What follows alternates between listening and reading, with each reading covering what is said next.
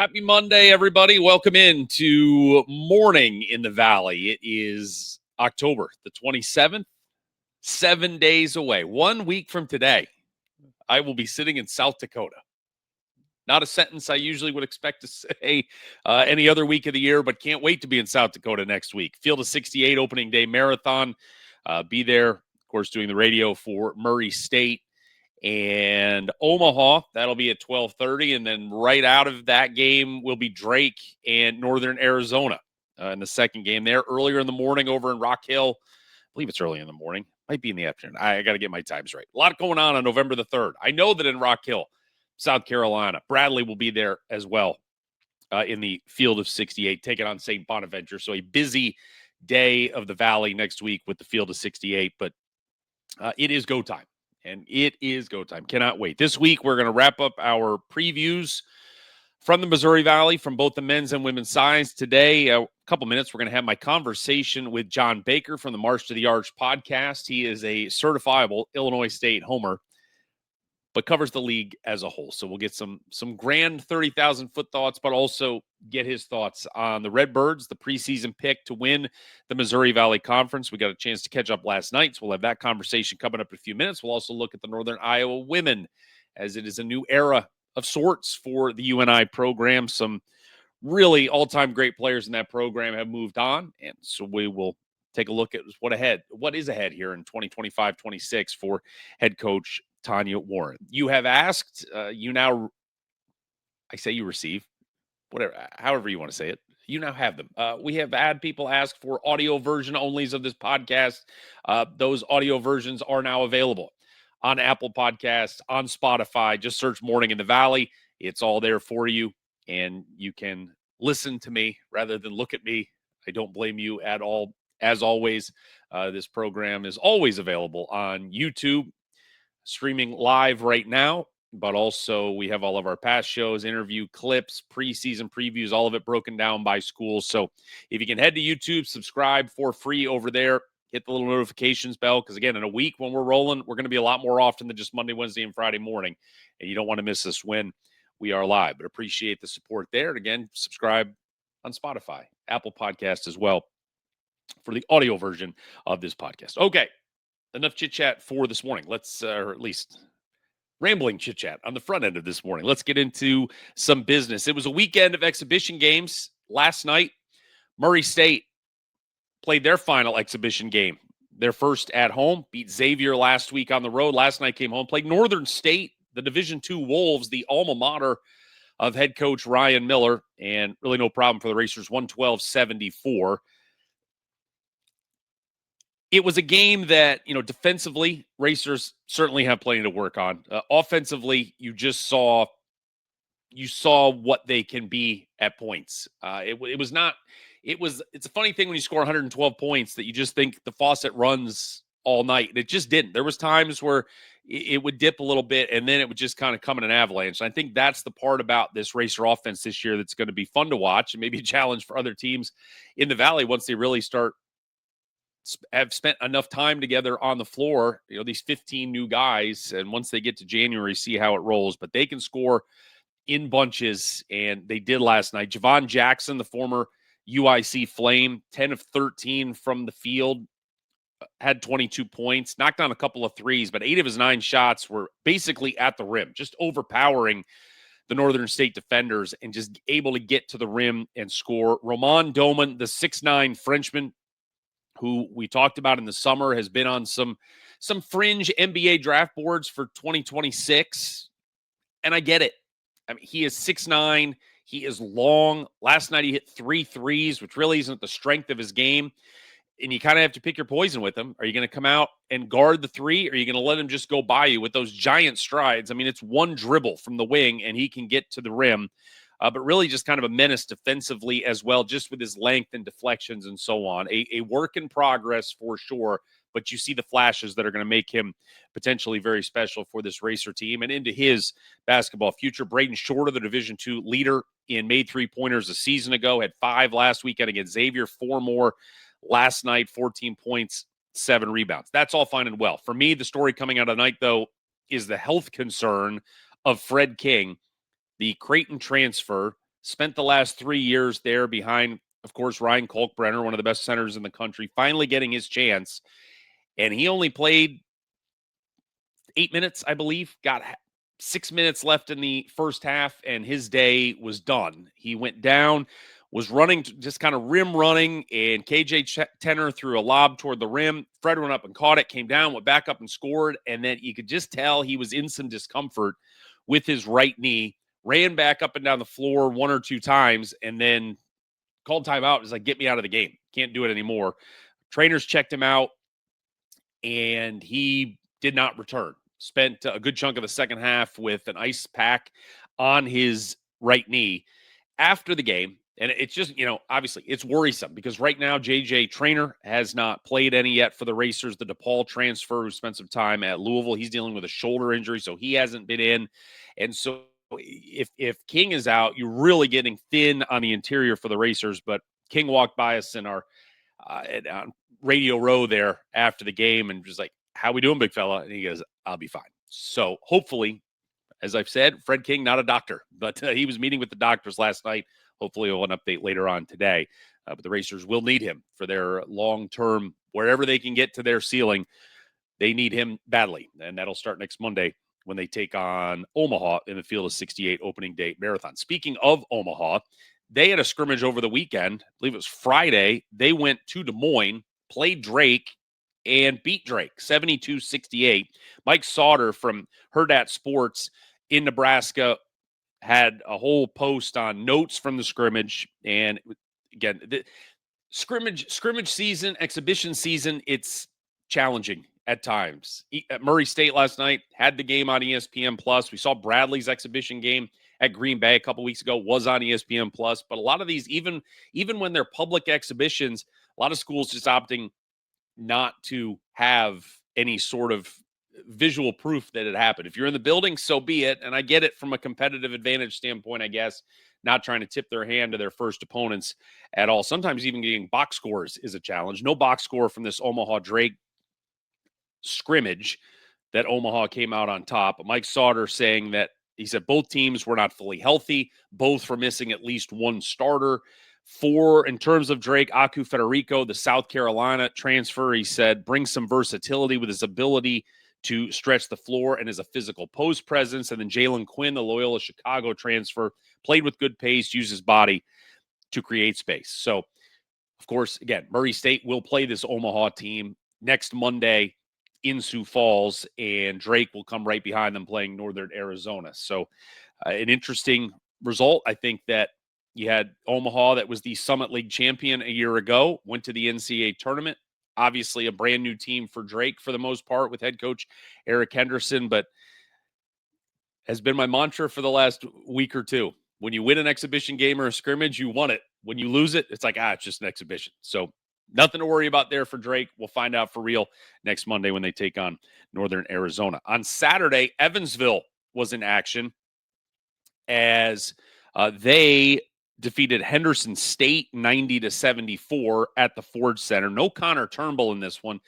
There was kind of a box score for this game. They had points, and they had, did you make a 2-pointer, a 3-pointer, or a free throw? And that was it. So what we do know is that Keyshawn Porter, the North Carolina Central transfer, had 22 points. Josh Hughes had 22. Leaf Moeller, the international standout, had 21. AJ Casey, transfer out of St. Louis, he had 18. That's it. Took a little while for the Aces to pull away, but eventually they did, again, over the Division II Reddies of Henderson State, 90-74. The Aces now turn their attention to next Tuesday. They will open up the season at Purdue. Tonight, we have another scrimmage as Belmont will be in action at home. They will host Tennessee Tech in their exhibition game. No TV for this one. They will have radio and some live stats, so we'll have a box score, but no visual proof for the Bruins as they'll hook it up with Tennessee Tech as they roll towards their season opener next week. Speaking of Belmont, former Belmont standout Carter Witt, third team All-Missouri Valley Conference a season ago. He has been drafted into the NBA G League by the Salt Lake City Stars, taken 30th in the first round on Saturday, averaged about 13 points, 6 assists last season for for the Bruins. Another former Ben Coupet Jr., I think that's got his name right there, Ben Coupet Jr., who played for SIU for one season back in 2022.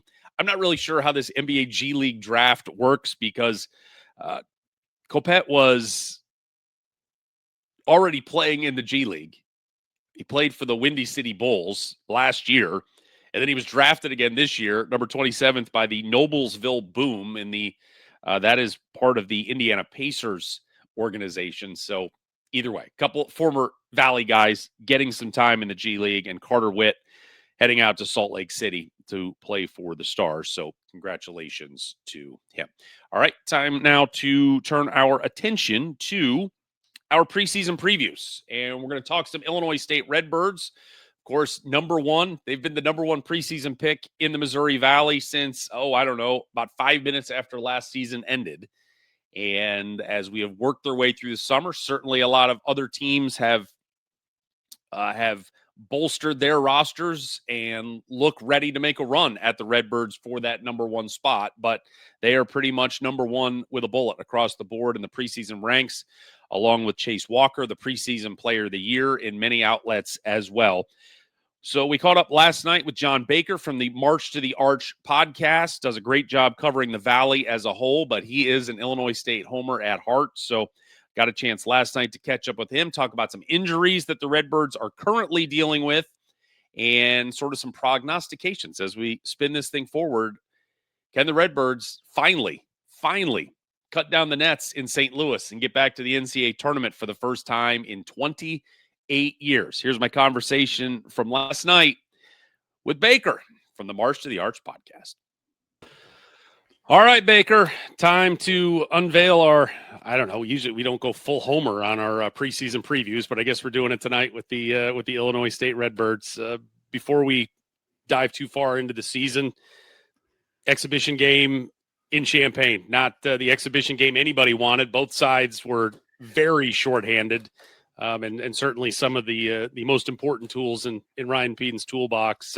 Just what's the injury update right now on these guys? Because trying to sort of parse words from media day, listening to Coach Peden, he didn't show many cards, but there wasn't sort of that just optimism of like, it's fine, they'll be back soon. There was a lot of, well, we're hoping. What do you know? First off, Jeff, thanks for having me on. So they're definitely got the injury bug running through the team right now. I know Chase Walker was in a walking boot when they went to Champaign last weekend. The hope is that he'll be ready to rock and roll for the first game against Ohio. I don't know if he's going to be available for the exhibition against Northwestern. I think that's still up in the air. Johnny Kinzinger hasn't played for a little while. I think it was the first week of October they had their red and white scrimmage. He didn't play in that one as well. So from all accounts, it sounds like he's going to be ready to go for the actual regular season opener as well in Ohio. But he's still kind of wait and see approach. Another guy, Cam Barnes, he was in a walking boot during the red and white game. He's hoping to be back at some point this season. Ty Pence hurt his hand. We don't know how that's going to play out and how long he's going to be out for yet. It's a constant struggle with Redbird basketball and the injury bug. But the plus on the plus side, Jeff, it sounds like everybody should be good to go for the opener against Ohio. And I think if you're Ryan Peden, that's what's really important to you right now. My alma mater, the Fighting Bobcats. I don't know. That's going to be awesome over there for them this year. So maybe a shorthanded Redbird squad can go over there and get a win. Top 25 mid-major team going into the preseason. So you can't overlook anyone. Nobody just walks into the Convocation Center in Athens, Ohio, and thinks they're getting out of there unscathed. So, all right, back in, I guess, did it go to April? CBI champions a season ago, 22 wins. One of the few teams in the country that got to end the year with a championship, or at least just win your last game as much as anything. Just from a fan base standpoint, that felt like the moment of, a bunch of guys ultimately came back, but that seemed to accelerate hey, everybody's back. I think we might actually be good next year. Is that a fair assessment from up north? Yeah, I think so. I think it was, it was funny. A lot of people in the Valley circles kind of laughed at the idea they were going to go to the CBI, especially when you looked at the field that was around. It wasn't a great CBI field last year. But I think for a team who, under Ryan Peden's 1-3 in St. Louis, has not had postseason success, It was really sometimes, it's nice to just see the ball go in and have a little bit of postseason success. And I think that kind of accelerated the idea of this team being pretty good. I think that those guys that are all coming back got to see that success. And I don't think that I'm guessing here. It sounds like that seeing that success with this group encouraged a lot of guys to really want to be a part of this program and come back, because a lot of those announcements were actually after the CBI. Right. Is it counterpoint? 10-10 in the Valley, fifth place. Don't get to Saturday. Yep, you won a mid-major tournament at the end. You got to win. Yep, everybody's coming back off a team that went 10-10 in the Valley and didn't get to the weekend. Where is the optimism from, other than just a maybe built-in inherent belief that everybody's going to get better over the summer? So a team that, look, absolutely all the credit to Ryan Peden from the day he walked in, the stair steps that they have built, that it's just like this progression is going to continue. And now we've got some guys with retention that we feel like we can really punch through and get to the next level. So there's a couple of reasons, Jeff. First and foremost, obviously the belle of the ball here with the Redbirds. You're bringing back arguably the two best players from last year that are coming back to league, and Johnny Kinzinger and Chase Walker. That's huge. No one else has a first team or a second team player coming back. So that's one big thing. And seeing them develop year one to year two, I think people expect them to take even another jump going into year number 3.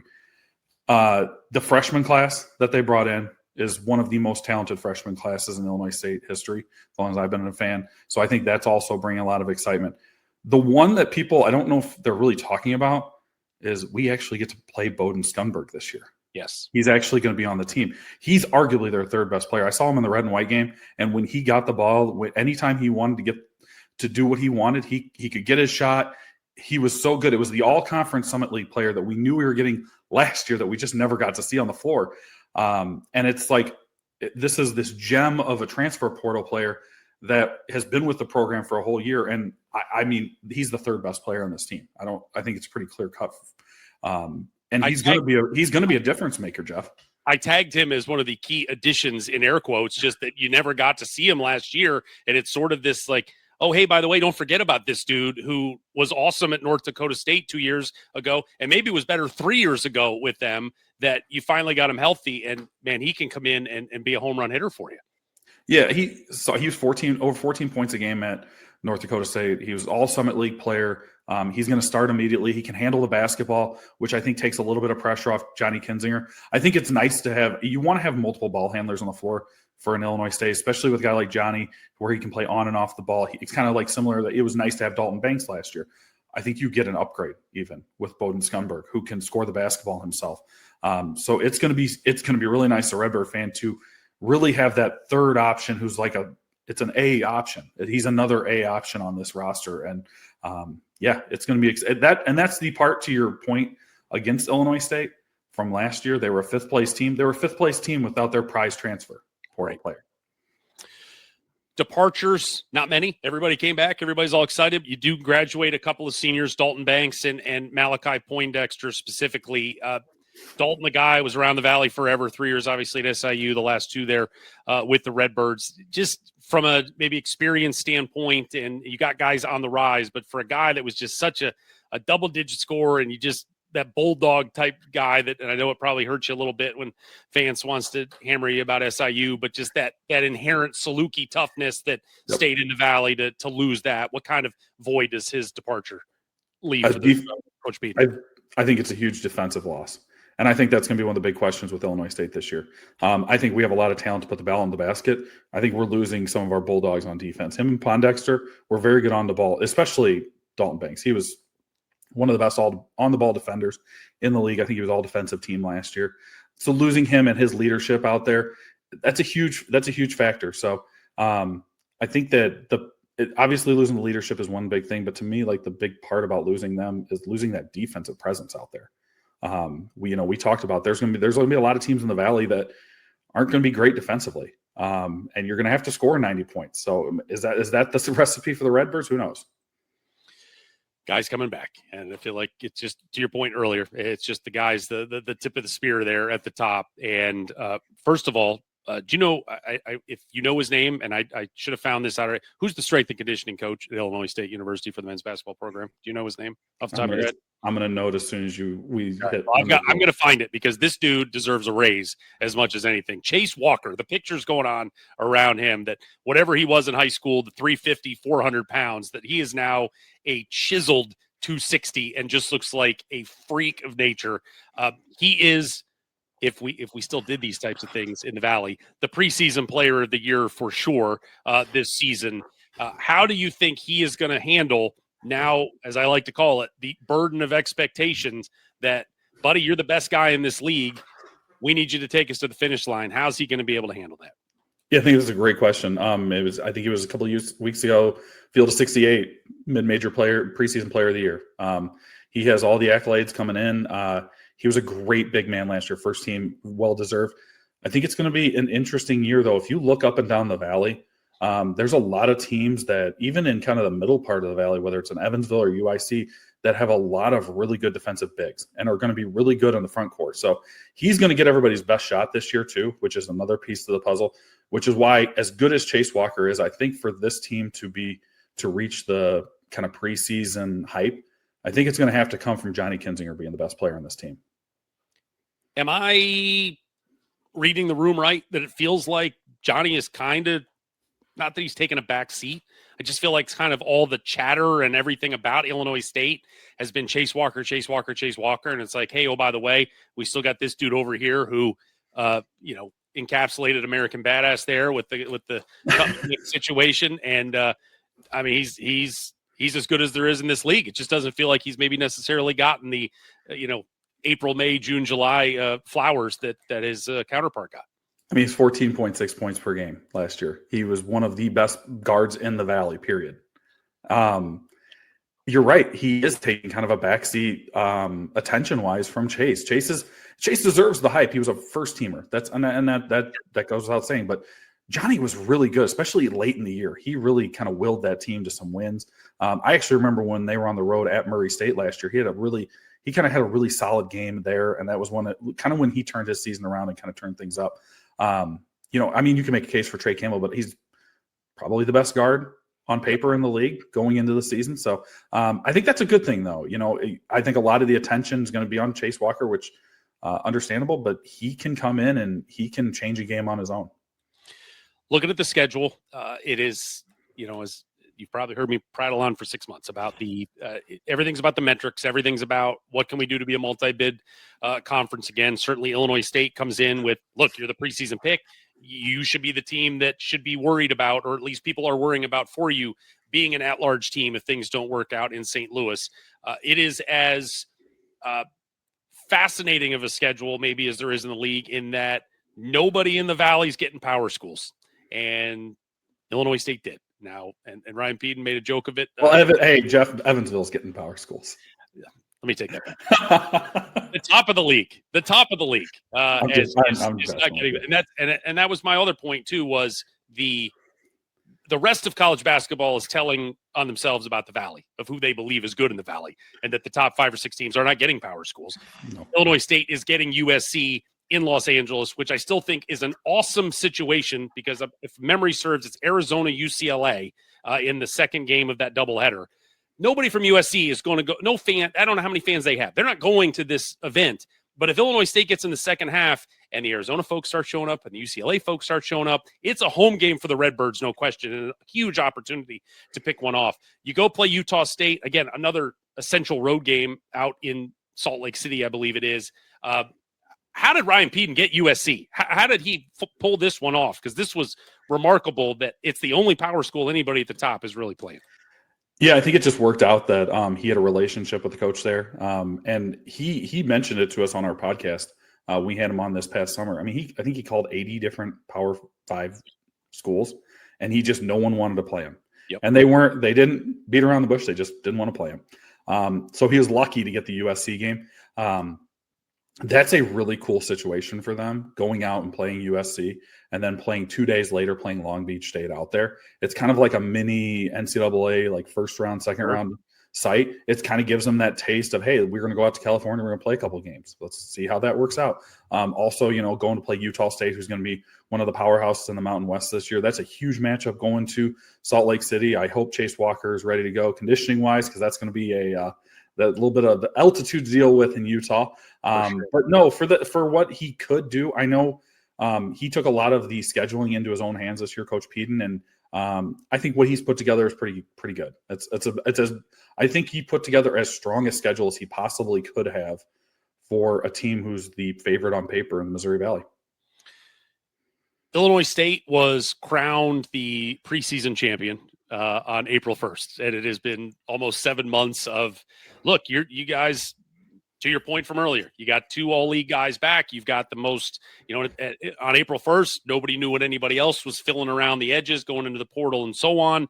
And so certainly some minds can change, but I think people have held tight to Illinois State. If we take the Redbirds off the table, when you look around the Valley, who in your mind is coming for the crown this year and has an opportunity to play the Redbirds on Sunday in St. Louis?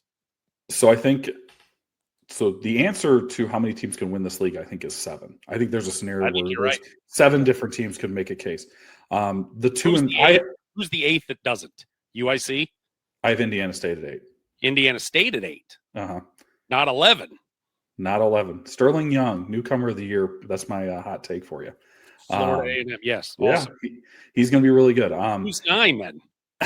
So my 8, 9, 10, 11 is Indiana State, Evansville, UIC, and Valpo. Okay, so UIC all the way down at 10. All right. All right. But so to answer your question about who's coming for the crown, my 2, 3 is Northern Iowa and Murray State. I think Northern Iowa, they're returning a lot of guys. Their biggest question is kind of inside. Is Hornseth going to be good enough to be a 5 in this league with some of these other teams, whether you play in Murray State with a Fred King, whether you play against Evansville with their guys, big guys with Turnbull and Hughes? Can they last? Can he last as your big man in the middle? I don't know, but they've got really good guards in Bond. RJ Taylor's coming back. Schwager's awesome. That's going to be a really good team, but obviously well coached with Ben Jacobson. I think Murray State's the other team that scares me to death as a Redbird fan. I think that we've seen Murray State flip the roster 2 years in a row, and obviously that was under Coach Prohm. This is a completely different deal under Coach Miller. This is going to be a really good team. I think that they have the highest ceiling of anyone in the Valley. If you look at their roster, they're so talented. So many different guys can beat you every night. We were talking before we got on here. Javon Jackson's a guy that was arguably UIC's best player last year during the regular season, and no one's talking about him at Murray State. Nope. But you definitely need to respect him. That's going to be a really good team. They have, to me, the highest ceiling, but also seeing how things went the last couple of years and how hard it is in the Valley to completely flip a roster and how it hasn't been done at Murray State, they probably have a lower floor than a lot of those top 7 teams because maybe it doesn't work out in the first year. To me, I think I would bet more money on Northern Iowa being in the top 4 for sure. But if you were going to tell me who's the scariest team in the Valley outside Illinois State, it's got to be Murray State. From your lips to God's ears, as I said earlier. God bless you. Belmont, any Tyler Lundblad? You talk about the best guard in the league. I mean, I feel like he's knocking on the door for that. But again, they lost a lot off of last year's team, and but it's funny as the year goes on because you got again going to the champion of April, where hey, we brought everybody back, but it's like, man, Northern Iowa's got 11 guys back, and Belmont's got a ton of guys back as well. And it just felt like you guys were, but I think the point that why you were such the bullet was it was the Walker and it was the Kinziger at the top of that pile. That, yeah, you may have 10 guys back, Belmont, but it's not the tippy top guys that we see in normal. It was the tippy top guys, and then one of the best transfers coming in with Bowden Scumberg. Like that combination of those 3 was really what put Illinois State over the top. As for Belmont, to me, the big question for me, I don't love Belmont this year. I'll be honest with you. I'm probably lower on Belmont than most. I think they're obviously in the top 7, and as good a shooter as Tyler Lundblad is, and he's, I'd say, arguably the best shooter in the league. I don't think that's going out on a limb too much. No. But who's going to be 1B?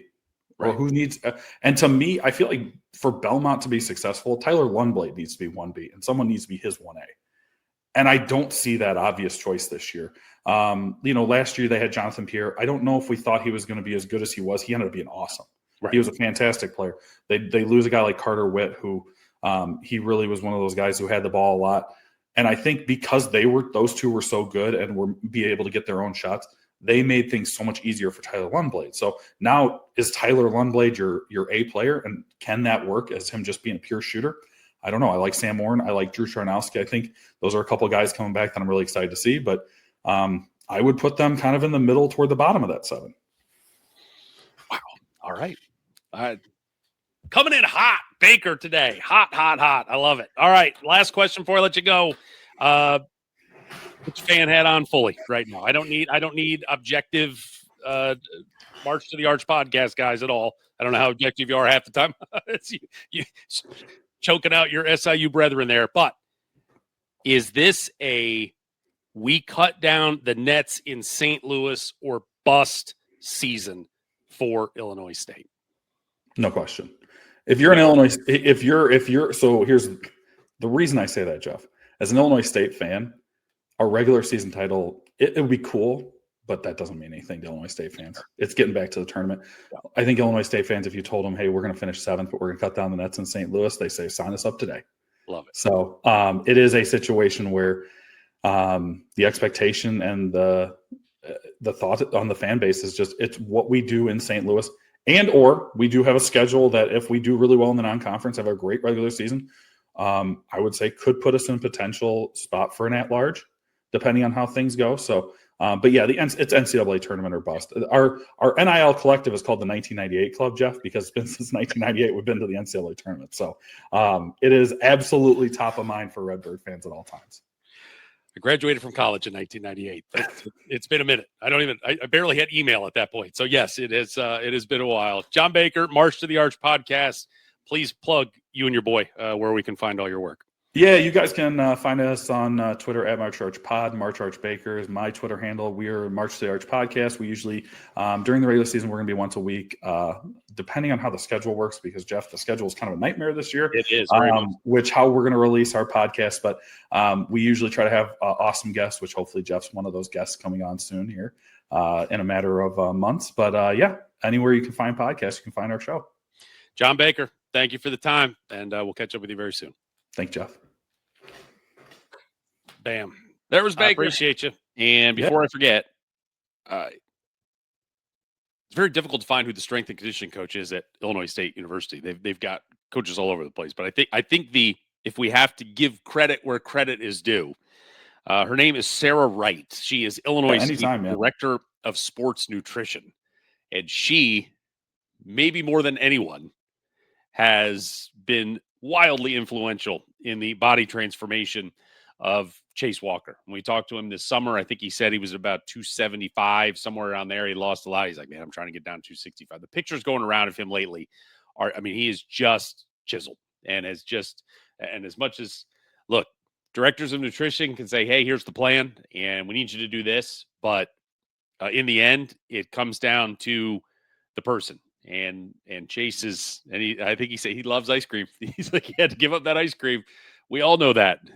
Start packing on a couple extra. It's like, it's not hard to find the leaks in the diet while you're a little fluffier than you were in the past, but he has done an unbelievable job managing that diet and his obviously just workout regimen to turn himself into trying to get to be the best version of himself that he can. But thanks to Baker for coming on, and we will certainly be doing some cross-promotional stuff here soon enough, I'm sure, over there, just in case you need to hear me talk even more. All right, we had more exhibition action yesterday, and this was on the ladies' side, as Illinois State's women were in action yesterday. A non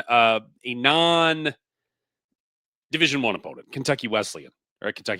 Illinois Wesleyan on the break. Illinois Wesleyan. 89-46 was the final. There is Bella Finnegan, the Indiana State transfer. She had a big day with 20, a couple of double-doubles.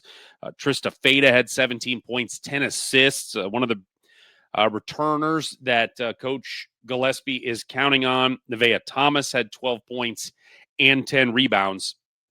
So now they are 1 week away from opening up the season. Next Monday, they will be at home against Dayton. Again, I understand it.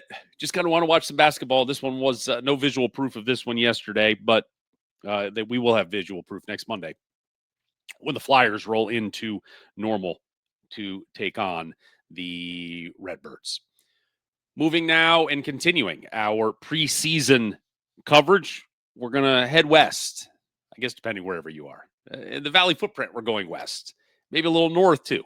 Northern Iowa University, the Panthers with head coach Tanya Warren, and a little bit of a changing of the guard with this program this season, with some great players that have transferred out. 17 transferred out, graduated out, one big one transferring out as well, but 17 and 17 overall last season. They were 11 and 9 in the Valley, finished in 6th place. Part of that we talked about ad nauseum. Top 6, bottom 6. They were in that top 6, but really struggled to kind of break through and really contend for one of those all-important opening round buys. And they were not able to get out of Friday, lost to Belmont, of course, went to the championship game in Evansville before losing to Murray State. We talk about departures from this team, and it's hard to find one more significant than Maya McDermott, first team all-conference the last 2 seasons, a 1,900-point scorer in her time at UNI, averaged 18 points a game a season ago. Kind of under the radar a little bit, and because I think Maya, even at 5'0", was just cast such a large shadow last year, was Cable Laube, averaged 13 a game. She was, without question, hard stop, one of the best three-point shooters in the country, 46% from beyond the arc last season. That was 3rd best in the country, which followed up her being 6th best in the country 2 seasons ago, number 1 in the Valley both years. She was really, really good as a sort of an off-ball contributor off of McDermott, who had the ball in her hands so much last year.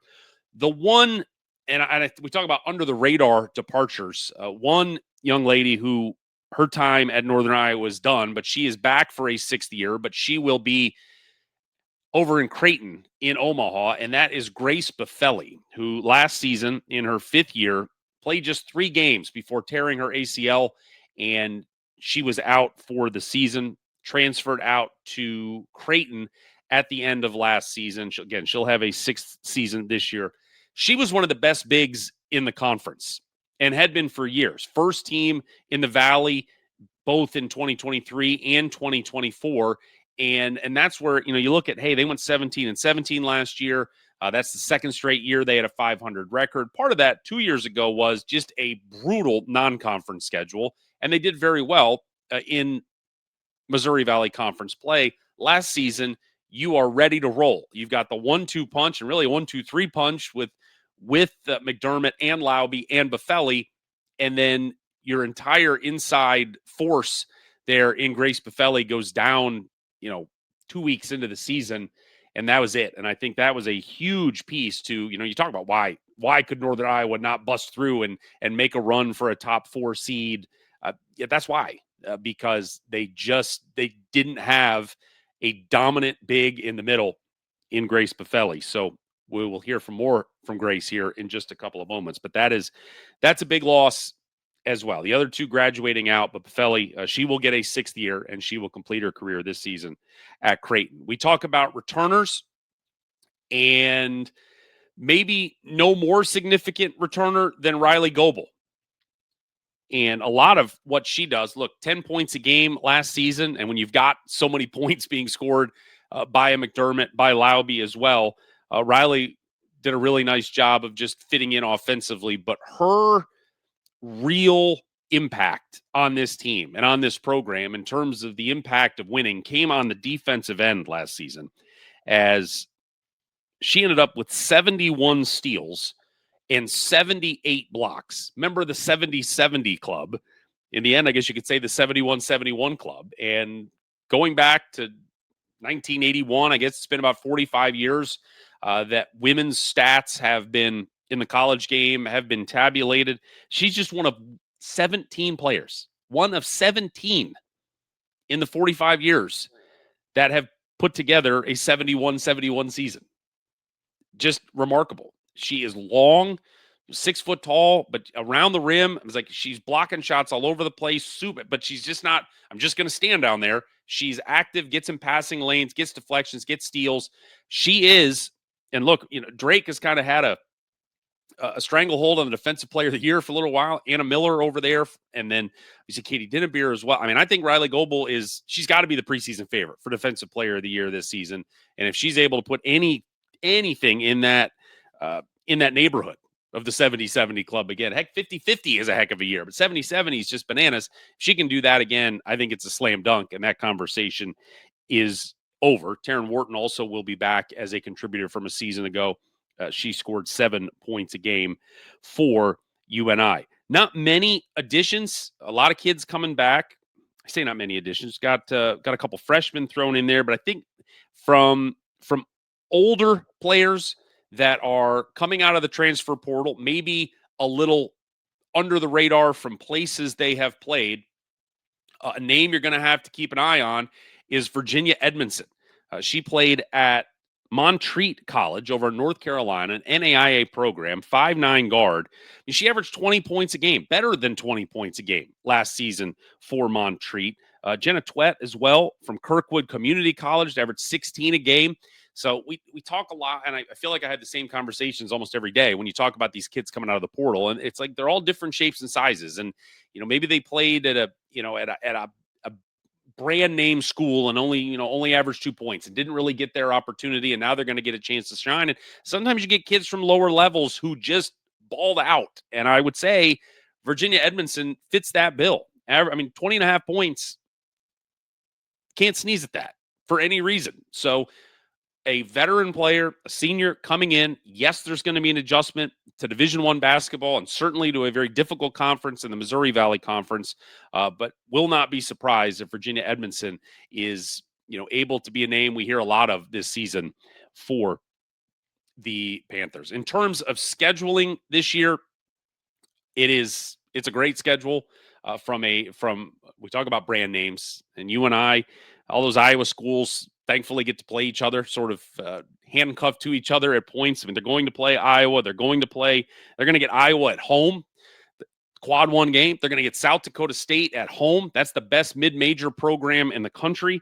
They're going to go on the road and play Iowa State, quad 1 game. They're going to go to Creighton, see Grace Buffelli again. That's a quad 2 game, at least through the Bart Torvik projections here in the early going. And then on a neutral site, they're going to Las Vegas for Thanksgiving week and to play in the UNLV Thanksgiving Classic. They will get UNLV.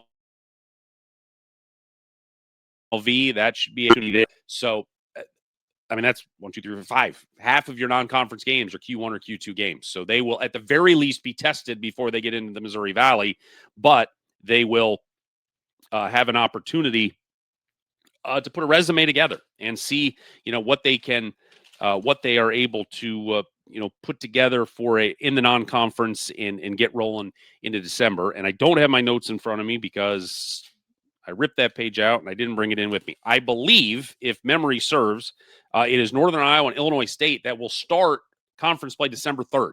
So it is a very early, only get a month instead of almost 2 months of non-conference work for Tanya Warren.